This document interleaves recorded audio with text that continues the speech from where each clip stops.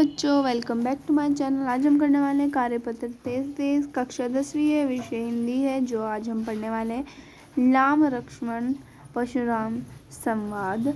ठीक है, और डेट है 24 सितंबर। ठीक है, आज हम पढ़ेंगे।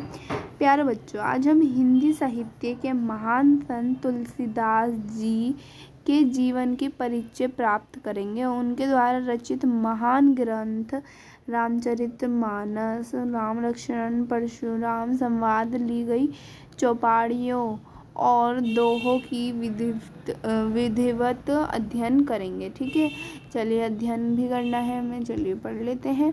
तो सबसे पहले हमें दिया है तुलसीदास जी जीवन परिचय। तो उनका जीवन का परिचय पढ़ लेते हैं। गोस्वामी तुलसीदास का जन्म 1532 में उत्तर प्रदेश के राजपुर नामक ग्राम जिला बांदा में हुआ था। ठीक है, उनके पिता का नाम आत्माराम दुबे और माता का नाम हुलसी बाई था। ठीक है, मूल नक्षत्र में जन्म लेने के कारण उनके माता पिता ने तुलसीदास जी का परित्याग कर दिया था।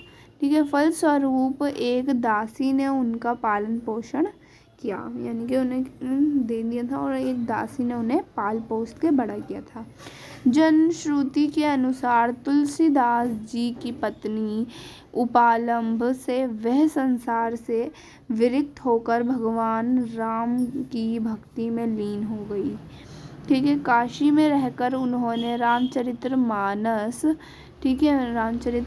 को संपूर्ण किया। सन 1623 में काशी के गंगा के तट पर उनका निधन हो गया। कहाँ पर? काशी के गंगा के तट पर उनका निधन हो गया। ठीक है, उसके बाद हमें दिया है रामचरित्र के अलावा तुलसीदास जी ने दोहा वाली, गीत वाली और कविता वाली, विरागन संदीपनी और बरेवे, रामायण, पार्वती मंगल, है ना, और विनय पत्रिका जैसे प्रसिद्ध ग्रंथों का सृजन किया। ठीक है, उसके बाद ये तो हो गई तुलसीदास जी का जीवन का परिचय, कि वो कहाँ जन्म लिया उन्होंने, कहाँ वो उनकी मृत्यु हुई और वो किसने उन्हें पाला और कैसे बड़े हुए वो। ठीक है, उसके बाद है राम लक्ष्मण परशुराम संवाद।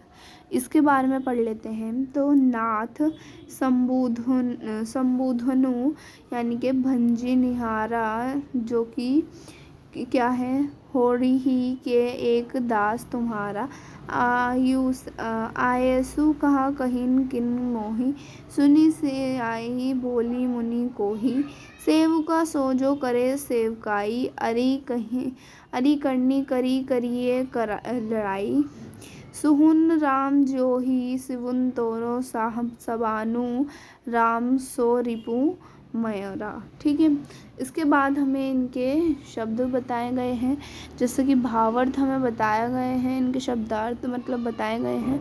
तो नाथ जो है उसका मतलब है यहाँ पर भगवान, और शंभु का मतलब है विश्व, और भजन का मतलब है नष्ट करना।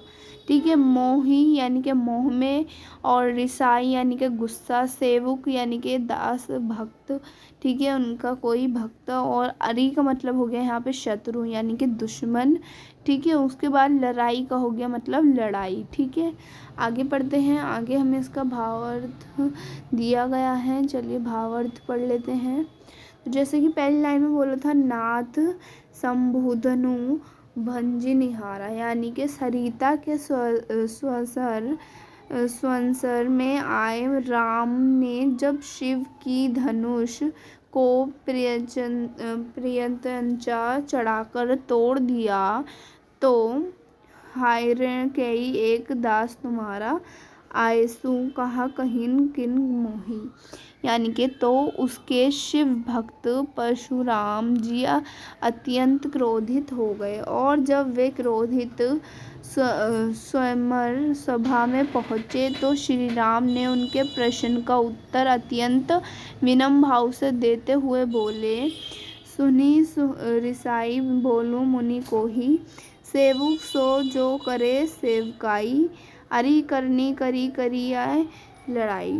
तो उन्होंने कहा, हे नाथ, जिसने भी शिव जी के धनुष को तोड़ा है वह कोई आपका दास होगा।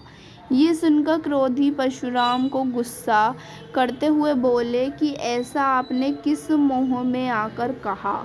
उसके बाद सेवक वह होता है जो सेवक वाले काम करता है, यानी कि सुनहु राम जो ही शिव धुन तोरा सहसाबू समसो रिपु मोरा।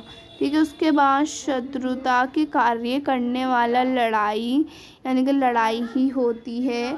परशुराम जी आगे बोले कि सुनो राम, जिसने भी शिव का धनुष तोड़ा है वह सहसाबू के समान ही मेरा शत्रु है। ठीक है। उसके बाद हमसे आगे कुछ प्रश्न पूछे हैं।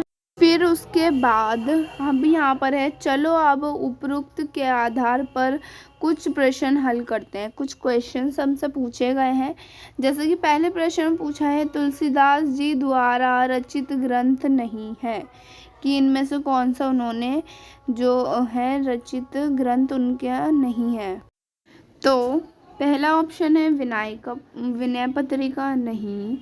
तो गीता वाली, तो ये भी नहीं, क्योंकि ये भी किसने लिखा था, ये भी तुलसीदास जी ने लिखा था, है ना। और फिर कवितावली, तो ये भी तुलसीदास जी ने लिखा था। तो उसके बाद सूरसागर है जो कि तुलसीदास जी ने नहीं लिखा है। तो इसमें रचित ग्रंथ नहीं है, पूछा था कि कौन सा नहीं है, तो इसका आंसर हो जाएगा सूरसागर। ठीक है। सेकंड में पूछा था तुलसीदास जी का जन्म कब हुआ था, तो उनका जन्म कब हुआ था, तो जैसा कि हमने अभी ऊपर पढ़ा कि 1532 में, ठीक है, उनका जन्म हुआ था।